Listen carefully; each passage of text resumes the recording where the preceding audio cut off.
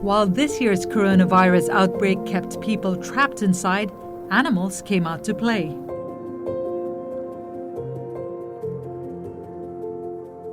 There were fewer visitors to Kending National Park during the level 3 alerts. Locals rarely went out. Wild animals such as sika deer could be seen by people even during the daytime throughout these last 2 months. In May 2021, coronavirus cases exploded. The government shut schools and businesses. Everyone was urged to stay at home. The cities, towns, and villages fell silent, but the natural world pricked up its ears. Nature found itself with a little more breathing space as Taiwan's human life ground to a halt.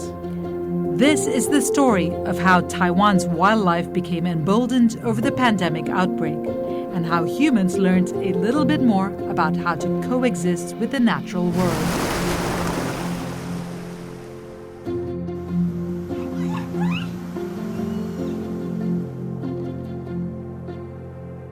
Xiaoliuqiu is a tiny island off Taiwan's southwest coast, home to one of the highest densities of sea turtles in the world.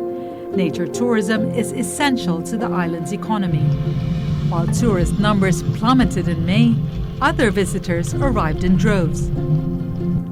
Xu Bohan runs a glass-bottomed tourist boat on the island.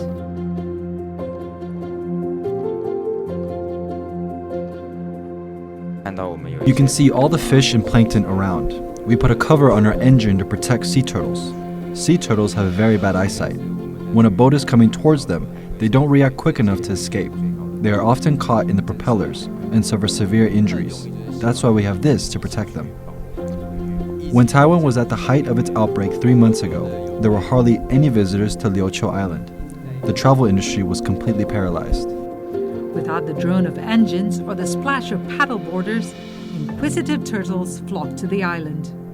We were able to track as many as over 800 sea turtles. This is probably because of the pandemic. There were fewer visitors, leading also to the decrease in maritime activities. Therefore, sea turtles were more willing to swim closer to the coast to find food and shelter. That's how they can easily be caught on drone cameras. The people of Xiaoliuqiu learned an important lesson. Tourism can deter the very spectacle people have come to see. If we spot Jenny, the sea turtle star, this is what I will do. Be careful not to touch her. Don't chase her. It is okay if she touches you, but you can't try to make her touch you on purpose. We are now lifting the bans as there are also more visitors coming, but we will still need to protect this island. Fewer visitors means less harm to our ecological system. Humans must coexist with the environment. As much as 70% of Taiwan is mountainous, and its country parks are a huge draw for hikers, campers, and bird watchers. But in May, they emptied overnight. Park staff quickly found they had other visitors to entertain. Dashueshan National Forest Recreation Area has a unique natural environment, so it's nurtured many species of wild animals. During the Level 3 alert, wild animals came closer to the buildings. This allows staff members to watch them more easily. Bigger mammals such as reefs, muntjacs, and goats came around where we stayed, or even near the visitor center during the pandemic, as no humans were around to disturb them. We could clearly spot them, even the endemic emperor pheasant. They came around the travel information station and strolled at the front door. Dashueshan is well known for bird watching. There are 29 endemic species of birds there, including emperor pheasants, blue-bellied pheasants, white-eared thrush. What can you do if you really want to see those birds? You add them to your line contact list. Listen to my mimicking.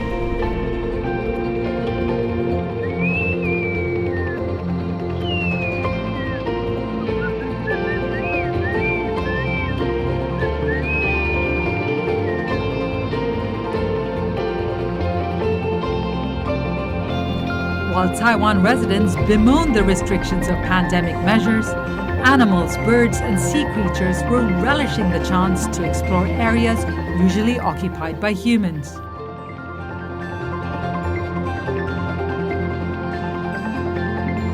The recreation area is now open. We hope people will follow the zero contact guidelines so animals are not disturbed or fed.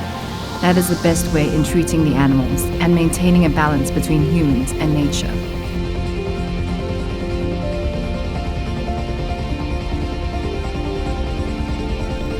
Taiwan's coronavirus cases are now edging down, and its human citizens are looking forward to the chance to return to normal life.